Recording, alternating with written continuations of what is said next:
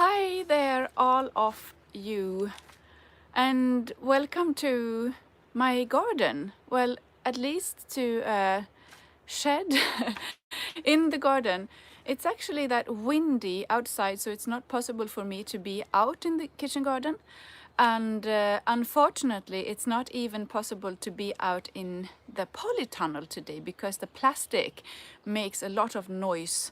So I sit here and I discovered some sort of crash when I entered here.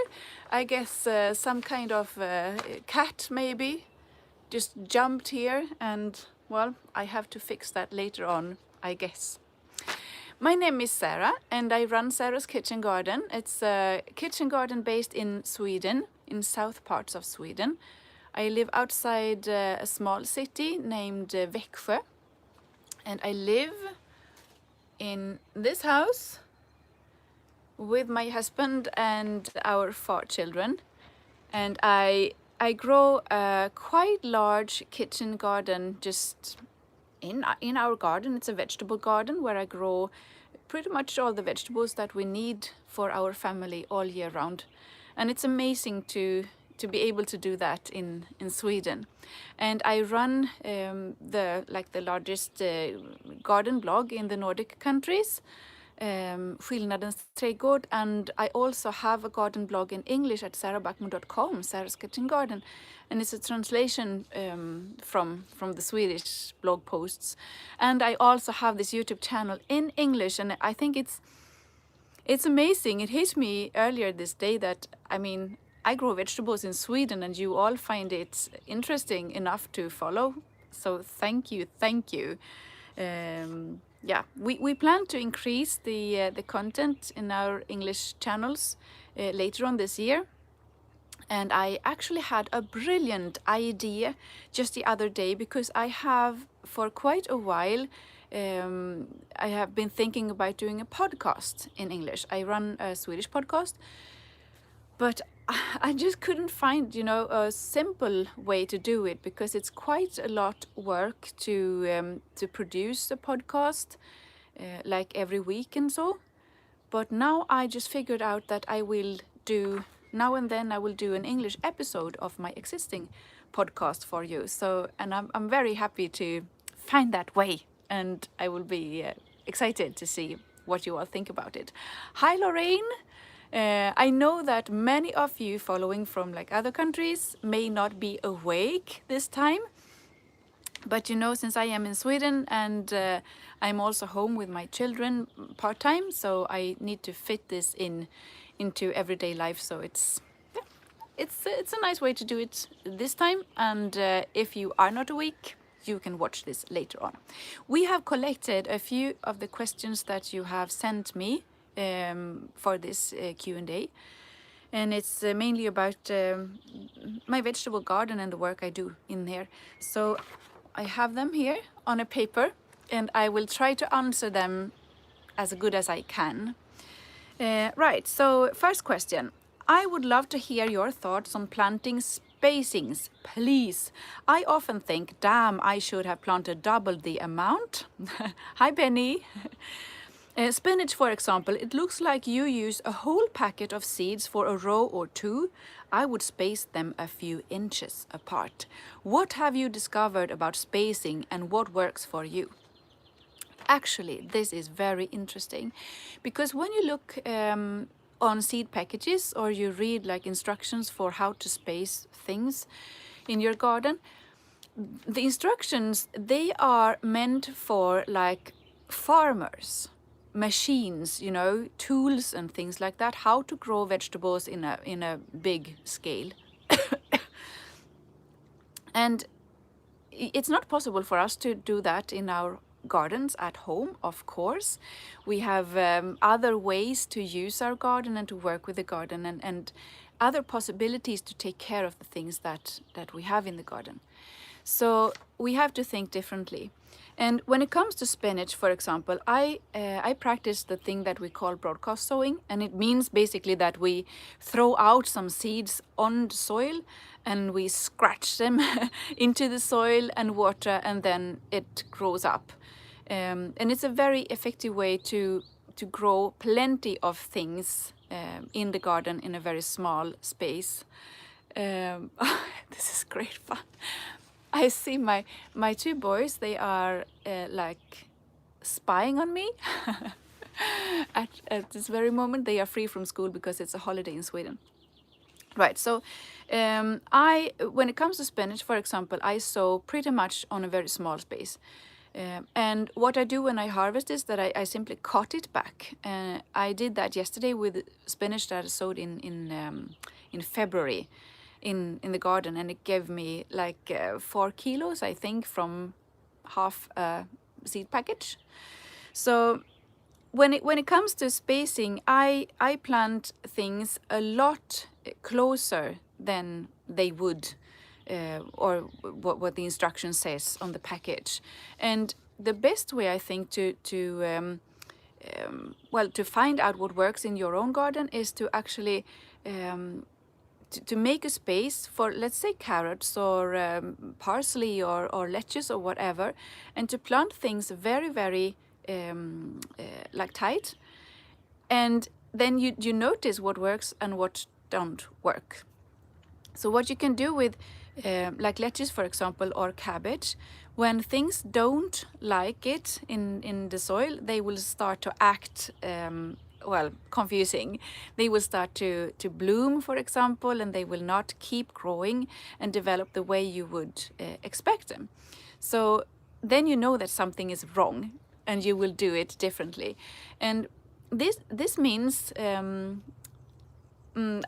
it's a bit hard for me to find the word sometimes, but I mean, let's say that you have planted too close with the cabbage, for example, and you notice that the plants don't get enough space. Then you simply cut down every second plant, for example, and you eat it.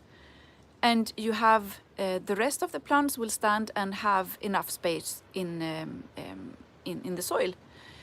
And that could be very useful, let's say, early in the season when it's not possible to grow some type of vegetables.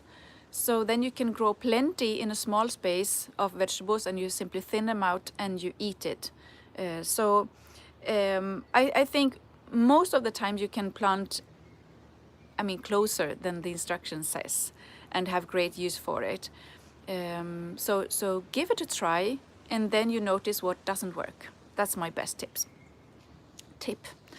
Do you use composted wood chips around your strawberries, or can they be somewhat fresh, right? I don't actually use wood chips around my strawberries, and that is basically because I co-grow, I think you call it co-grow, my strawberries among the vegetables. Good morning to you, Sharmak, and all of you watching right now.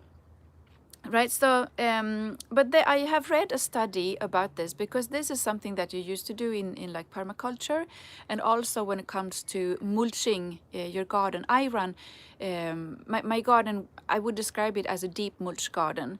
It's not a no-dig garden, the way like Charles Dowding grows his garden, for example. I use a deep mulch technique. I cover my beds with like 20 centimeters of grass cuttings and straw and hay and silage and leaves and stuff like that. I don't have enough wood chips, and that's the only reason why I don't use it. It's difficult for me to get it. But I have read a study, or someone referring to a study, saying that the fresh wood chip is better than the composted. And it's no problem to put it directly on top of the soil. It's difficult sometimes to like dig it into the soil, because then it will drag some of the nutrients from the soil to the process where it decomposes. But it's okay to put it and layer on top of the soil. So if you want to use wood chips around your strawberries, just do it. It's fine. I used to fertilize my strawberries after the harvest, not before the harvest. And maybe that is something that you might want to consider, to put the wood chips around the strawberries after the harvest, if it may contain like something nutritions, for example. Right. When and how should I start using grass clippings? And this is the type of question that I love. I have the last couple of weeks collected like it's nearly 50 like bags or sacks of grass clippings from neighbors and also from the church, and I use it all around my kitchen garden. It's the best, really. It contains a lot of nutrition for the soil, keeps the soil healthy and fresh, and makes it possible to grow plenty of vegetables. So what I think is the best way to deal with grass clippings is simply to cover a whole bed before you plant your vegetables, right? So don't yeah, I think the most common way to handle it may be to put it on after you have made your sowings or planted your whatever. But it's actually easier to put it on top of the soil before you plant anything. And what you do is you simply make a little hole into the grass clippings when it's on top of the bed, and you plant your little cabbage or your leek into that hole. It's very windy. I hope the sound is not disturbed. Right, so if there's not enough soil, you can simply put some compost into that hole and you put your plant into it, and that's it. It's very easy, and you don't have to like pull out any weeds or anything. It's very good. If you want to store your grass clippings or cuttings, if you get plenty, as I do, I put it in sacks, and I try to press out the air, so it's no air inside this bag. And I don't know the word for this in in English, but I try to close the sack and I put it it's difficult. I turn the bag, right, so the open is towards the ground, and then no air can come into the sack. And in that way, you will make yourself a good piece of like silage with grass clippings, and then you can store it for a year or even longer. The grass clippings will not lose its like energy while it's stored. It will last for years and years, actually. So now in springtime, it's perfect time to start using grass clippings in your garden. And if you have the possibility to get it, get plenty of it, you just bring it home and store it until later. It's very, very useful. Now a very interesting question. In the States, everyone uses sprayers for weeds and lawns. Is it safe using those grass clippings? Oh my God. In Sweden, there has been a very good discussion, I think, the last couple of years about using those like sprayers. Glyphosate, I think, is a common thing in those products, and it's not forbidden to sell in Sweden, but it's very uncommon to use it for gardeners. I would say it's used by like beginners that have never heard of growing things organically or anything like that. And I would say I never hear about people using it. So it's not even a part of a discussion among gardeners that grows vegetables in Sweden, I think. Or maybe no one tells me about it, I don't know. Well, this is a non-organic fertilizer. And I would say that there are, like, when it comes to farming, there are non-organic fertilizers used as well. It is like fertilizer. It's not to control weeds or pests, but that is something to be careful about too.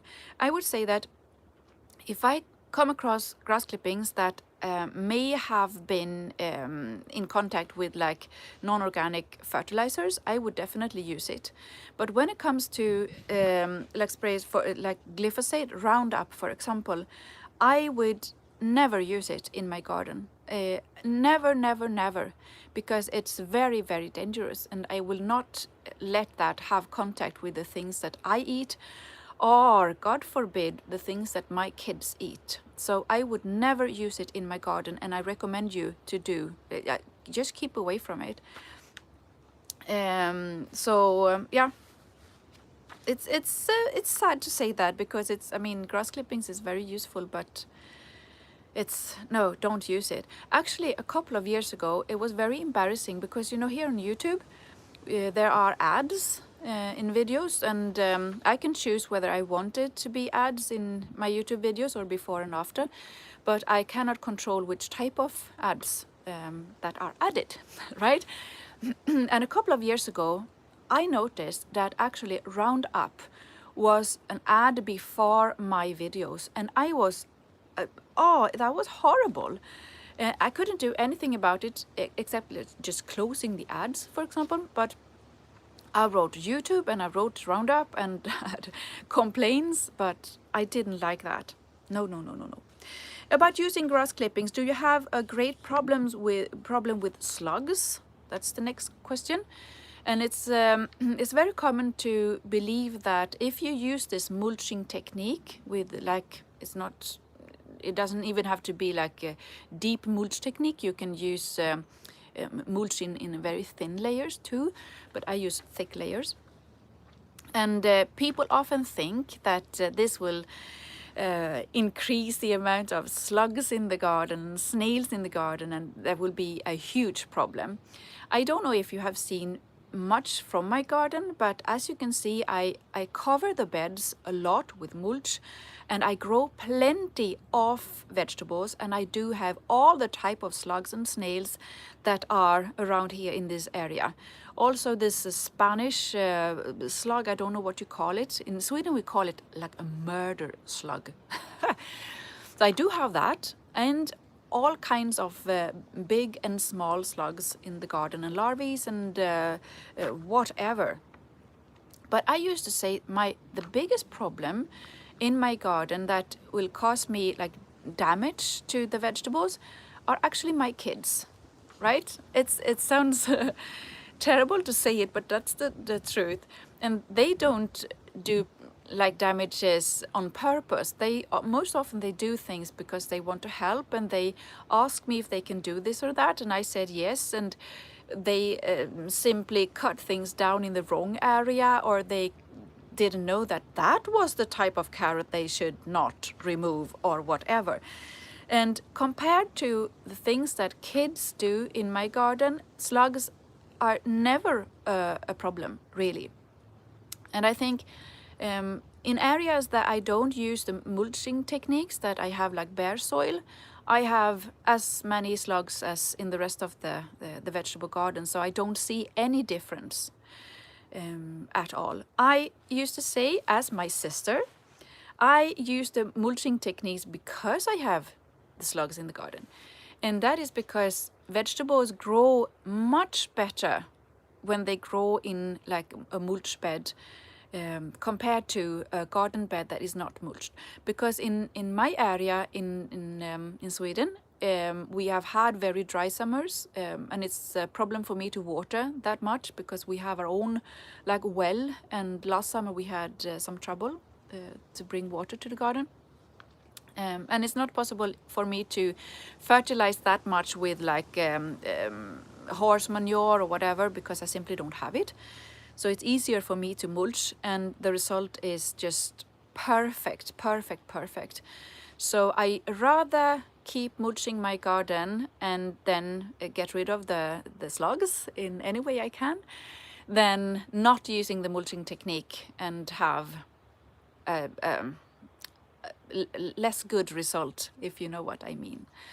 And I actually, it's very interesting because last summer I made an analysis, soil analysis of my my soil, just to have some information about when the differences like in my type of soil compared to other soil that is not mulched, right?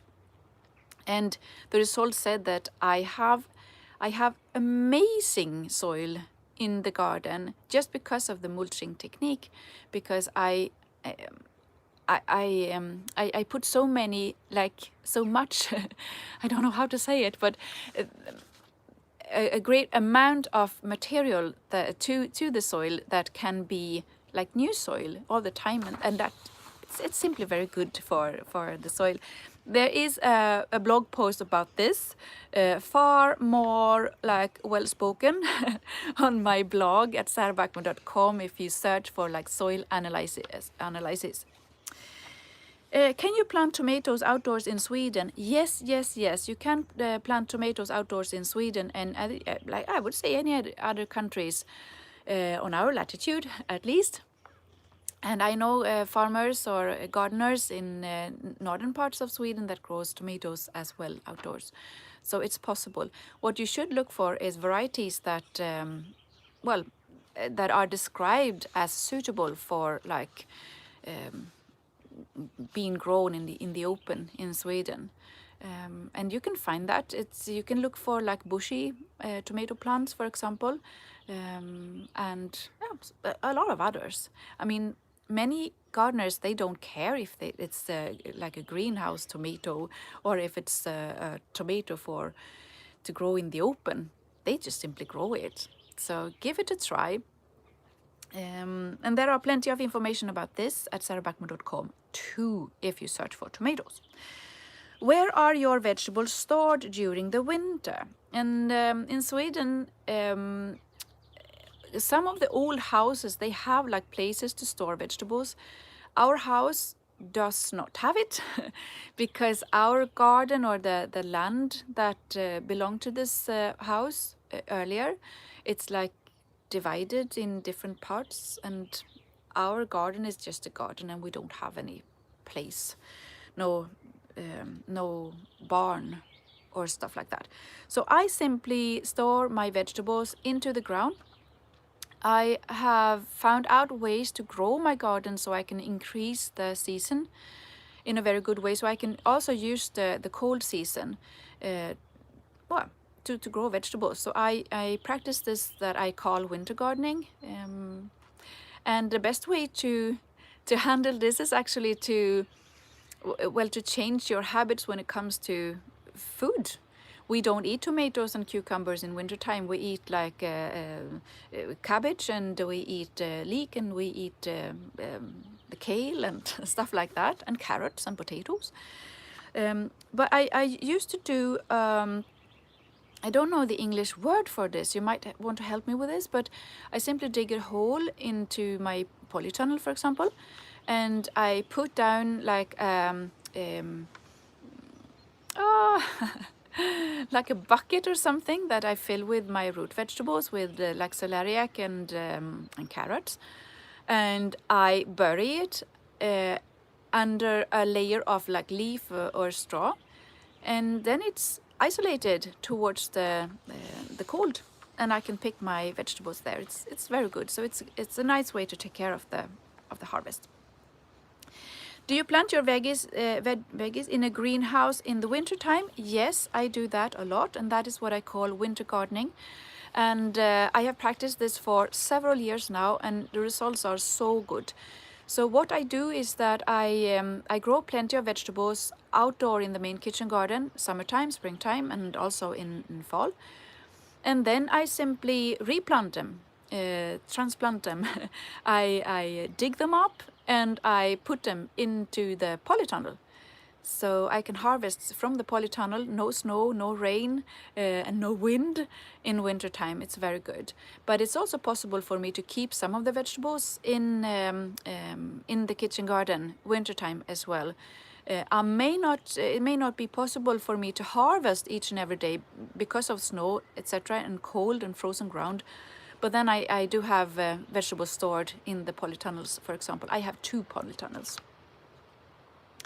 When it comes to bokashi compost, what if I can't find the microorganisms? This is about bokashi composting.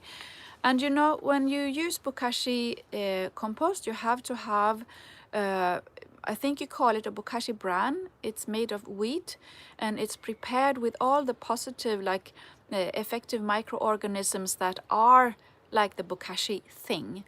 And I think this is what you think about in these questions. If you want to find those microorganisms, this bran, you will have to search on internet, because that is where you find it, and you will get it delivered, well, I guess wherever you are. But there are another type of microorganisms that are needed if you do this bokashi composting thing, and that is the microorganisms that are like hidden in the ground. Because when you have finished a bucket of bokashi compost and it's ready to use, it has been like, do you say fermented? Indoors for 2 weeks, and it's ready to be dig down in the ground in your kitchen garden. Then it comes in contact with the microorganisms that are naturally into the ground. And you never have to think about those microorganisms, because they are in the ground. You don't see them. Well, they can be very small insects and worms, like, but plenty of other microorganisms, they are just there. I mean, you could pick up a handful of soil and there are millions and millions and millions of microorganisms and insects that you never see. It's amazing. And those things, when they come in contact with the bokashi compost and the microorganisms that are in the compost, I mean, great things happens, and in just a few weeks' time you will have soil. There are plenty of things to read about bokashi compost in different sites, and if you want to know more practically how to handle this in your kitchen garden and in the garden, I have made several videos and a guide in my YouTube channel that I recommend you to check. It's very simple when you start with it, actually. What lettuce varieties do you find the best to be the best for the winter? And well, when you start to grow vegetables, if you are a beginner, then you look at all type of varieties and you think that, all right, lettuce is just lettuce and they are all quite the same. And then you start growing your kitchen garden and you do that for a while and you notice that, oh my God, they are completely different. Not only when it comes to how they look and how they taste and how they grow, they simply like different climate and different varieties. Or no, not varieties, different climate and different temperatures, I would say. And also they like to be grown in different places in the garden. So I have noticed, I check your comments at the same time a bit. I shall not do that and talking another language than my comment at the same time. Well, I have noticed in my winter garden that there are several lettuce varieties that are better and suits that climate better, the cold climate. So let me recommend the oak leaf lettuce. There are different varieties like serbiata, salad bowl, and there are other varieties. Oak leaf lettuce seem to be very suitable for cold climates, so I can really recommend that. You should also look for varieties, you call them the romaine lettuce. Some of them are also very suitable for winter gardening or the cold climate. They grow very well in fall, for example. And what I find very good in my garden is that I sow those lettuce plants that I want to harvest late in the season or even over winter. I sow them late in summertime, even in the beginning of fall. And then I plant out very small plants or seedlings into the polytunnel, for example. No big plants, right? Because big plants, they overwinter not that good. And I guess it's like they have big leaves and a lot of leaves that can be destroyed, and when the leaves destroy, it's more likely that the roots will destroy too. So small plants, and I have videos about this too in my at my YouTube channel. But check for oak leaf lettuce. Very, very good. Next question is very difficult for me to answer, but also I forget what planting zone are you in, right? And I have not completely, well, I don't know much about your plantings, your zones, your climate zones in, or hardiness zone, I think it's called in the States, for example. But I am based in Sweden, right?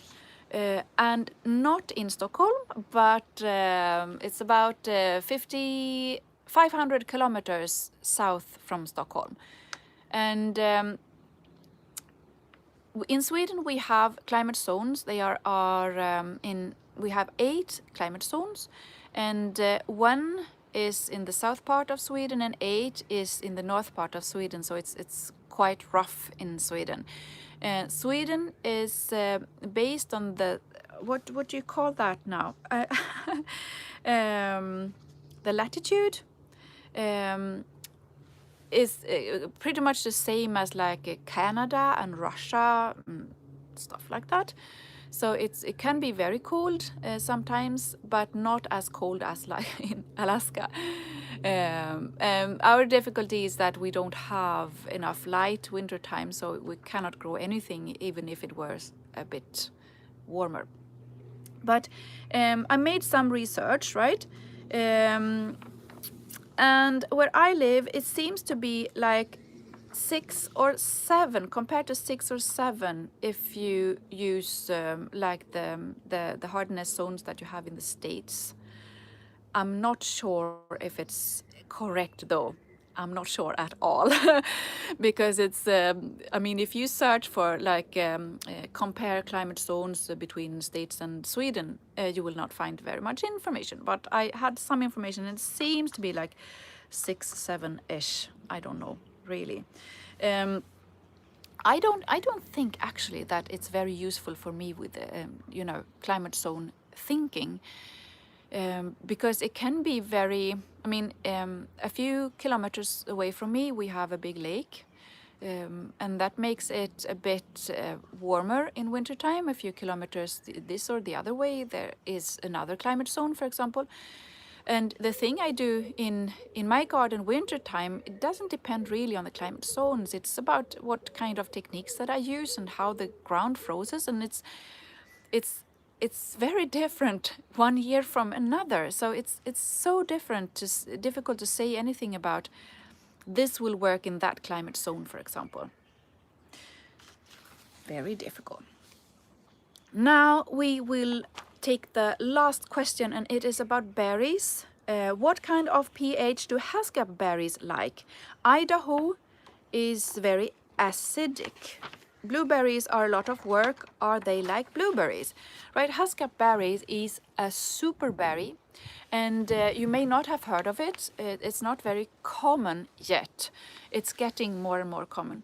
But Haskap berries produce a lot of blueberries. They are similar to blueberries, but they are not that like round. It's more like oval. And the berries are very big. So they are nice. And I also like them plenty because they give harvest really early in the season. My big boy, Otto, he came to me the other day saying that he found a ripened Haskap berries. So already in May. They are best if they can stay on the bush, on the plant for, let's say, a week after they turn blue, because then they get more sweet in the taste. But when it comes to growing Haskap berries are just like any other like berry bushes in the garden, except blueberries. So they don't have to be planted in the same oh God, I don't know the word here, but in the same acid soil. I think you would say that you plant blueberries in turf. Is that correct? Or is it another word? But blueberries, they don't like common soil. But haskap berries, you can plant it wherever you want to in the garden, and you don't have to do anything at all with your soil. You just plant the berry, and it's like this same type of soil that you use for like oh, I completely forgot the word. Do you say gooseberries? And well, all the rest of the berry bushes. So you just plant it in your garden. It's perfect. I have plenty of haskap berries. I don't treat them in any specific way at all. I just plant them and I mulch them. Of course, I have lots of wood chips around my berry bushes. It keeps the soil moist and nice, and the berry bushes likes that very well. So it's just to plant them. And one thing I specifically like about haskap berries is that they are so easy to make new plants from with cuttings. It's very difficult to take cuttings from blueberries. I can assure you that, because I have made plenty of tries. But haskap berries, you simply take a cutting and you put it in a new pot with the compost, and a few weeks later on you will have a new plant. So it's thumbs up for that. Well, my dear friends, I have been talking and talking and talking for half an hour now, and that is, I guess, what my brain could come up with when it comes to talking English. I hope you understand what I am saying, and that you may find some inspiration and from this. If you want me to continue with this, doing Q&As in English, please let me know, and also let me know what you would like to see more about from my garden. I will try to do some live videos. And it's difficult today, then, as I said, to be out in the main kitchen garden because it's very windy, and I don't like when it's windy because it destroys the sound. But I am trying to do some more stories on my Instagram in English for you. So please follow Sarah's Kitchen Garden at Instagram, and I will give you a few updates on the kitchen garden. It would be great today, for example, to show you my my mulched beds, the mulch bed in the kitchen garden, for example. But I will try to do that another time. Well. Thank you all for today. As I said, my children, they have a free day from school, and it's like a holiday in Sweden. I have been working though, because that is how you do it when you are like a writer. I am writing on my next book. It will be released in next spring in Sweden. Actually, I can tell you this. It's fantastic. I had a message from the publisher that published my books. I have written 4 books, and in October my 5th book about this garden will be released. And they have started the work with trying to find other publishers in other countries to translate my books. Isn't that great? I so much wish that the books would be translated into English, for example, or Germany, or whatever. But I don't know anything about it, if it's possible yet, but they have started the work at least. Well, thank you all for watching today, and please check sarahbackman.com if you want to find more information about the garden. And subscribe the channel, and you know what. Hope you are having a lovely day in your garden, or maybe later on this day, depending on what time it is where you live. Thanks all for watching. Bye bye.